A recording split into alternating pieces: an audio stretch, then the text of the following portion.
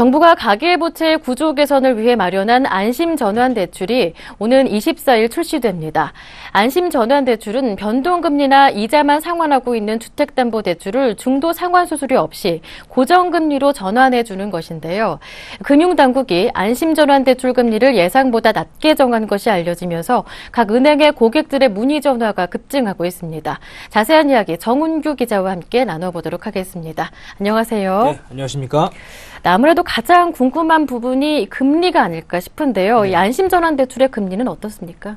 네, 출시일인 3월 24일부터 4월 말까지 받는 안심전환대출은 2.5%에서 2.6%의 금리를 적용받는데요. 이후에는 변동됩니다.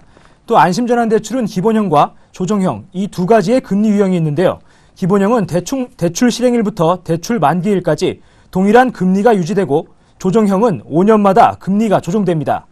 안심전환대출의 금리는 일정 한도 내에서 은행이 자율적으로 결정하는 것이기 때문에 은행마다 대출 금리가 다를 수 있습니다. 또 기존에 대출을 받은 은행에서만 이용할 수 있으니까 현재 대출을 받고 있는 은행에 문의하시면 금리에 대한 정확한 정보를 확인할 수 있습니다. 네, 그렇다면 기존 대출 요건 중에서 이 안심전환대출을 받을 수 있는 요건은 어떻게 되나요? 네, 안심전환대출은 가계부채 증가 없이 주택담보대출의 구조를 개선하기 위한 취지이기 때문에 대출 실행일로부터 1년 이상 된 주택담보대출만을 대상으로 합니다. 신규로 주택담보대출을 받은 사람이 고의로 변동금리 대출을 먼저 이용한 다음 안심전환대출로 갈아타는 등 우회적으로 이용하는 것을 방지하고 중도 상환에 따른 은행권의 비용 부담을 완화하기 위한 차원입니다. 또 변동금리 대출이거나 원금 상환 없이 이자만 상환하는 대출, 혹은 원금의 일부나 전부를 만기에 갚는 대출 중 하나여야만 합니다.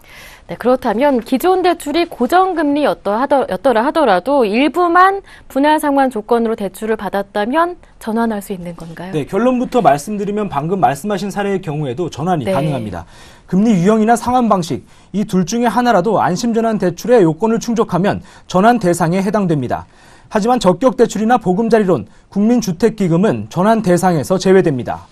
네, 금리 유형이나 상환 방식 두 가지 요건 중에 하나만 요건되면 된다고 하셨는데요. 그렇다면 혼합금리 대출의 경우는 어떨지 궁금해요. 예를 들어서 처음 5년 동안은 고정금리를 적용하다가 5년 후부터는 변동금리를 적용하는 혼합형 대출이었다면 어떻습니까?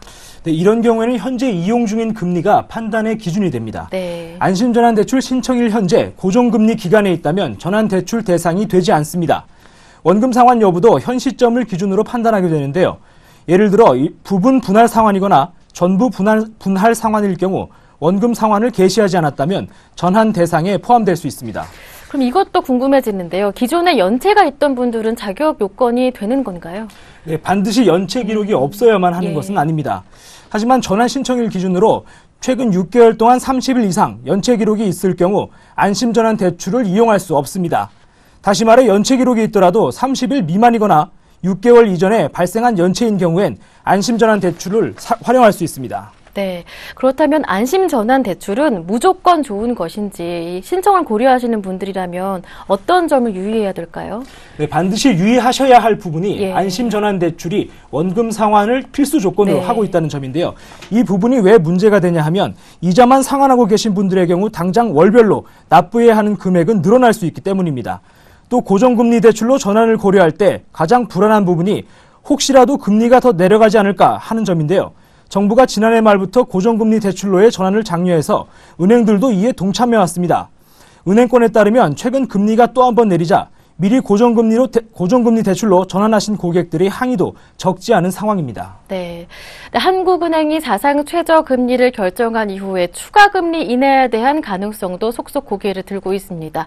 네, 이런 상황에서 고정금리로 대출을 해야 할지 아니면 금리가 더 떨어질 것을 기대하면서 변동금리 대출을 해야 할지 고민하는 분들이 굉장히 많을 것 같은데요. 일단 금리의 변동 부분은 어느 누구도 속단할 수 없는 상황에서 고정금리 대출은 그래도 예측 가능한 가계 계획이 가능하다는 점은 좀 고려해 보셨으면 좋겠습니다. 네, 지금까지 안심전환 대출에 대해서 정은규 기자와 함께 자세하게 알아봤습니다. 고맙습니다. 네, 감사합니다.